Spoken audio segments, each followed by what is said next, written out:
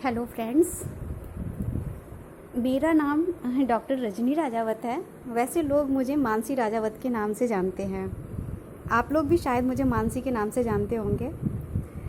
तो आज मैंने जो वीडियो भेजा है उसमें मैंने और मेरे डीएम ने दोनों ने मिल कर के एक घर बनाया। मतलब हमने अपना घर बनाया दोनों के आइडियाज़ से। कलर चॉइस वगैरह सारे कुछ मेरी है, और मकान का नक्शा कैसे निकलेगा, कौन सी चीज़ कहाँ होगी, ये सब मेरी है। लेकिन मिस्त्री को कैसे क्या समझाना है, ये सारा काम हमारे डीएम का है, क्योंकि डीएम रियल एस्टेट में काम करता है तो उनको ये सारी जानकारी थी।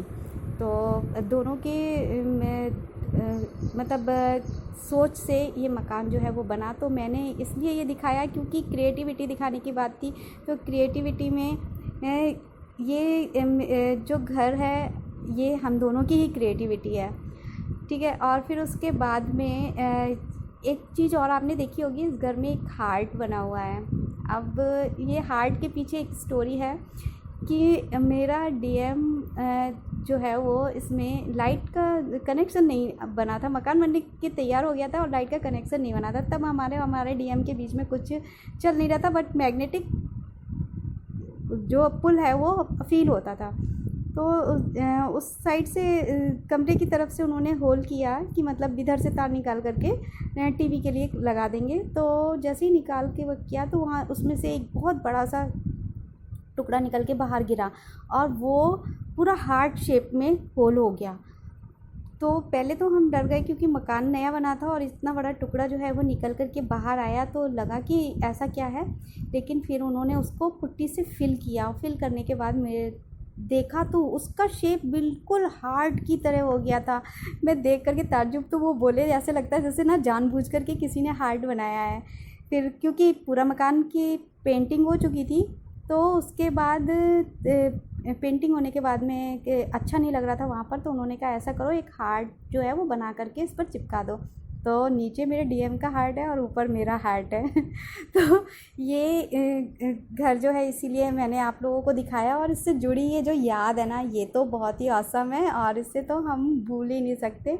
और जगह जगह जो भी आपने देखा होगा, कोई वॉल पर कुछ बना हुआ है या कहीं पर भी कुछ है, तो वो सारी जो क्रिएटिविटी है वो मेरी की हुई है। वॉल पे कलर वगैरह जैसे भी जहाँ पर भी है वो सारा क्रिएटिविटी मेरी है। तो मैं ड्राइंग पेंटिंग करती हूँ और सिंगिंग भी करती हूँ, डांसिंग भी करती हूँ। और हाँ, मैं कपड़े भी सिलती हूँ। यूँ समझ लो जो बड़े बड़े स्टार्स के कपड़े सिलते हैं ना, मनीष मल्होत्रा वगैरह, ये सारे लोग। तो हाँ, इन लोगों के कपड़े जो हैं वो हम अफोर्ड नहीं कर सकते हैं, तो उनकी बनाई हुई कोई ड्रेस अगर मुझे पसंद आती है तो मैं उसे बना लेती हूँ। तो इस तरीके से कहते हैं ना, वैसे भी ट्विंस जो हैं वो मल्टी टैलेंटेड होते हैं। तो सही बात है, ट्विंस जो हैं वो मल्टी टैलेंटेड होते हैं। तो अब मैं आपको बताती हूँ कि मैं इस जर्नी में 2019 में आई। उस समय मैं बहुत भटकी। मेरे सामने सिर्फ इंग्लिश वीडियोस आते थे और उसमें टैरो के वीडियोस आते थे। जब मेरा डार्क नाइट ऑफ सोल चल रहा था, तो जब वो वीडियोस मेरे सामने आने लगे तो मैंने ऐसे ही मजाक में एक बार ऐसे ही बोल दिया कि ट्विन हैं हम। तो वो ट्विन मैं वही समझती थी जो जुड़वा बच्चों वाले, तो वो मजाक में बोला था। लेकिन वो रियल में हम ट्विन हैं, ये चीज़ मेरी समझ में नहीं आ रही थी। लेकिन उस समय मैं इतना भटक रही थी, मोबाइल ही हाथ में रहता था, तो मोबाइल पे जो चीज़ निकालती थी तो ऐसी चीज़ें मेरे सामने निकल के आती थी। कभी किसी के वीडियोस, कभी किसी का कुछ, कभी किसी का कोई। फिर ट्विन फ्लेम के वीडियोस इतने ज़्यादा मेरे सामने आने लगे, तो मैं ना उनको देखने लगी और अपने आप को उनसे रिलेट करने लगी। और फिर मैंने खुद को ऐसा लगा जैसे मैं किसी ऐसी जगह पर आ गई हूँ जो बिल्कुल अनजान है। और हाँ, आपने देखा ना, घर में एक मंदिर भी है सामने। हाँ, वो मंदिर जो है वो भी हमने निकलवाया। और राधे कृष्ण जो हैं वो हम दोनों के ही इष्ट हैं। तो मैं ट्विन फिल्म की वीडियो देखती रही। फिर मैं भटकती रही, भटकते भटकते अपने आप को पहचानने की कोशिश करने लगी। क्या हूँ मैं, क्या कर रही हूँ, कैसे कर रही हूँ, ये सारी चीज़ें। फिर मुझे पता चला कि कुंडलिनी अवेकन करने से जो है ट्विन फ्लेम यूनाइट होते हैं। तो मैंने कहा कि कैसे किया जाए। तो कहीं पता चला कि मतलब मैं ऐसा करूँ कि रेकी जो है ज्वाइन करूँ, रेकी से ऐसा हो जाएगा। पर मैंने रेकी सीखी और ये चक्रास वगैरह सब कुछ किए। जिस समय मैम के वीडियोस मेरे सामने आए उस समय मैं चक्रास वगैरह उस पर कर रही थी, तो मैं बैलेंस हो चुकी थी। मुझे नहीं मालूम था कि मैं इसकी वजह से बैलेंस में हूँ या किस वजह से बैलेंस में हूँ, मुझे नहीं पता। लेकिन जब आप सारे लोग ऐसे वीडियोस डालते थे, सॉरी आप लोग कमेंट्स डालते थे, तो मुझे लगता था कि वो सारी चीज़ें मैं क्यों नहीं फ़ील करती हूँ जो कुछ आप लोग फ़ील करते हैं, उतना उस लेवल तक मैं क्यों नहीं फ़ील करती हूँ। क्योंकि शायद हो सकता है कि रेकी के ज़रिए जो है मैं हील हो चुकी थी, इस वजह से भी। हाँ, एक चीज़ और, इसी बीच में मेरे साथ एक घटना घटी, वो उस घटना में मुझे ऐसा लगा कि मुझे यूट्यूब चैनल पर कोई भी एक्सेप्ट नहीं करेगा। कि मतलब मैं अगर किसी भी यूट्यूबर के उस पर कमेंट करूँगी तो अब शायद मतलब मुझे वो वैल्यू नहीं मिले। मैं बहुत निराश हो गई थी एक दिन। तो उस समय मुझे ना सहारा सिर्फ मैडम ने दिया, और मैम ने जो सहारा दिया ना, वो सहारा इतना बड़ा सहारा था, मैं बता नहीं सकती हूँ। और सबसे एक और बात बताती हूँ मैं, कि मैम के वीडियो पे मैंने देखा कि सारे लोग कमेंट करते हैं, मैम ना सबके जवाब देती हैं। जितने लोग भी कमेंट करते सभी के जवाब देती। तो मुझे लगा कि मैं एक कमेंट करके देखती हूँ, शायद मेरे पे कमेंट पे जवाब आए कोई। तो ना मैंने मैम के उस पर वीडियो पे कमेंट किया तो उसका जवाब आया। ये समझ लो, मैं बता नहीं सकती मैं कितनी खुश हुई। मुझे लगा जैसे आज मैं भगवान से कुछ और मांगती तो शायद वो कुछ और भी दे देते। ऐसे लगा मैम का वो जवाब मेरे लिए मतलब मेरी दुनिया बन गया। ये लगा कि मतलब मैं बता नहीं सकती हूँ। मैम आपको बहुत बहुत थैंक यू। अब मैं थैंक यू बोल रही हूँ, लेकिन थैंक यू बहुत छोटा शब्द है। थैंक यू के अलावा भी कोई शब्द है तो वो मुझे नहीं मालूम है मैम, लेकिन प्लीज़ अगर हो तो बता देना। क्योंकि ये ना आपकी गरिमा है ना, उस पर सूट ही नहीं करता है। थैंक यू इतना छोटा सा शब्द बोल करके मतलब पल्ला झाड़ लेने जैसी बात होती है। लेकिन हम पल्ला नहीं झाड़ना चाहते मैम, हम रियल में आपको ग्रेटिट्यूड पे करना चाहते हैं। मैम आपने बहुत बहुत बहुत हेल्प की है हम लोगों की।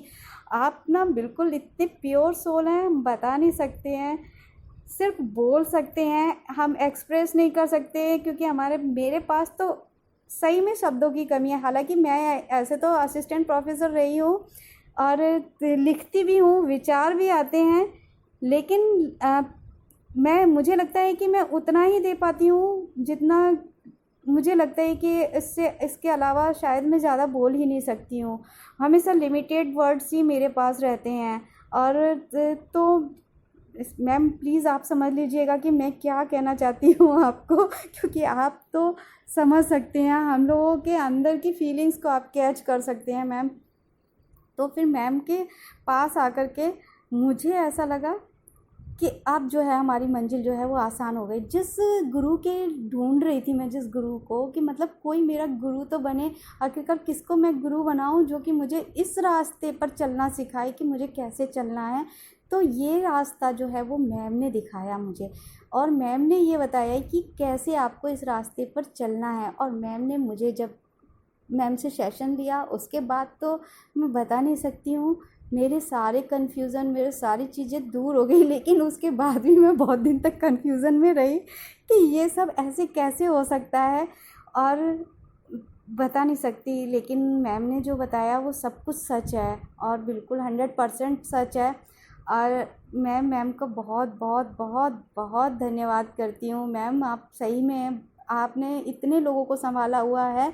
हम लोग भी वादा करते हैं आपसे कि हम भी इस धरती पर त्रेता युग लाने की कोशिश में लगे रहेंगे। जब तक त्रेता युग नहीं आएगा, हमारी पीढ़ियाँ, अब जितने सारे लोग अवेयर हो रहे हैं वो सब के सब जो हैं वो त्रेता युग लाने के लिए, तो हम लोगों से अगर शुरुआत है तो हम लोग शुरुआत करते हैं मैम। और हम इस बात का वादा करते हैं कि हम ह्यूमैनिटी के लिए काम करेंगे ही करेंगे। हम अपने सोल्स को सुखी रखने की कोशिश करेंगे ही करेंगे। दुनिया में जो दुख है हम उससे जितनी हमारे सामर्थ्य होगी हम उतना ज़्यादा हील करने की कोशिश करेंगे ही करेंगे मैम। और जो कुछ भी हमसे बन सकता है, जो भी कुछ हमसे हो सकता है, क्योंकि हम बहुत ही थैंकफुल हैं गॉड के कि उन्होंने हमें ये बता दिया कि तुम इस चीज़ से आए क्यों हो इस धरती पर, और तुम्हारे आने का पर्पस क्या है। और ऐसा तो नहीं है कि मतलब आए, खाया पिया, बच्चे बच्चे पैदा किए, नौकरी की, उनको बड़ा किया, मकान बनाया, घर बनाया, रह करके और चले गए आप, ऐसा तो नहीं है ना। हाँ, क्योंकि उनको तो पता ही नहीं है कि वो आए किस लिए थे। जो लोगों को पता ही नहीं कि वो आए किस लिए और आज चले किस लिए गए, ये भी नहीं पता है। उससे तो हम बेटर हैं कि हमें ये तो पता है कि हमारी लाइफ का उद्देश्य सिर्फ इतना ही नहीं है। हमारी लाइफ का उद्देश्य मतलब हमारे अंदर वो स्ट्रेंथ है कि हम बहुत सारे लोगों को हील कर सकते हैं, बहुत कुछ कर सकते हैं। तो क्यों नहीं करते अगर ये अवसर हमें मिला है। अब तो हमारी उम्र के हम तो इतने साल जो हैं वो गुज़र गए हैं। अब जो थोड़े सा समय बचा है उसमें ही जो कुछ हम कर सकते हैं वो सब कुछ करके ही क्यों ना जाएं, जिससे हम जब अपने गॉड के सामने में जाएं तो उन्हें हमारे ऊपर प्राउड फील हो, ऐसा फील हो कि हाँ हमने इनको भेजा और ये अपनी सामर्थ्य के अनुसार जब जागे तब जो कुछ भी करके आए वो सब बहुत अच्छा था और भगवान जो है वो हमें अपनी शरण में ले लें। अन्यथा फिर हम कहीं ना कहीं भटकते रहेंगे और फिर पैदा होंगे और फिर ऐसे ही जो है चक्र चलता रहेगा। इसलिए क्यों ना हम एक सोल में मर्ज हो करके ईश्वर में मर्ज हो जाएं। मैम आपका बहुत बहुत धन्यवाद मैम। ज़्यादा तो मुझे नहीं आता बोलना, लेकिन जितना समझ में आया उतना मैंने बोल दिया है। और हाँ, क्रिएटिविटी, क्योंकि गाना जो है वो मैं गाती हूँ और मतलब सिर्फ गाती हूँ, कहने का मतलब ये नहीं कि ना तो मैं प्रोफेशनल सिंगर हूँ, लेकिन मैं गाने गाती हूँ अपना मन बहलाने के लिए। तो आज आप लोगों का मन बहलाऊँगी और आप लोग एंजॉय कीजिएगा इस गाने को।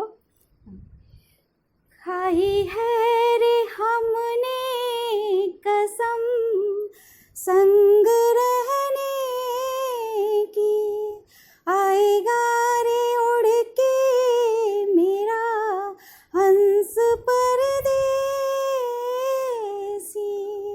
खाई है रे हमने कसम संग रहने की, पहला मिलन मोह से नहीं रे सजन का, पहला मिलन मोह से नहीं रे सजन का, रहेगा सदा मिलना धरती गगन का, युग युग से वो है मेरा, मैं उसी की रे। खाई है रे हमने कसम संग रहने की, आएगा रे उड़ के मेरा हंस परदेसी। ऐसे तो नहीं उनके रंग में ढली मैं, पिया अंग लग लग के भई सांवली में, मेरे तन पे छाँव है उसी की रे, आएगा रे उड़ के मेरा हंस परदेसी। Thank you ma'am, thank you, love you all TF, love you. आप सबकी यूनियन हो जाए, सब यूनाइट हो जाएं, सब मदर अर्थ के लिए काम करें, सब अपना सोल पर्पस पूरा करें। Okay bye.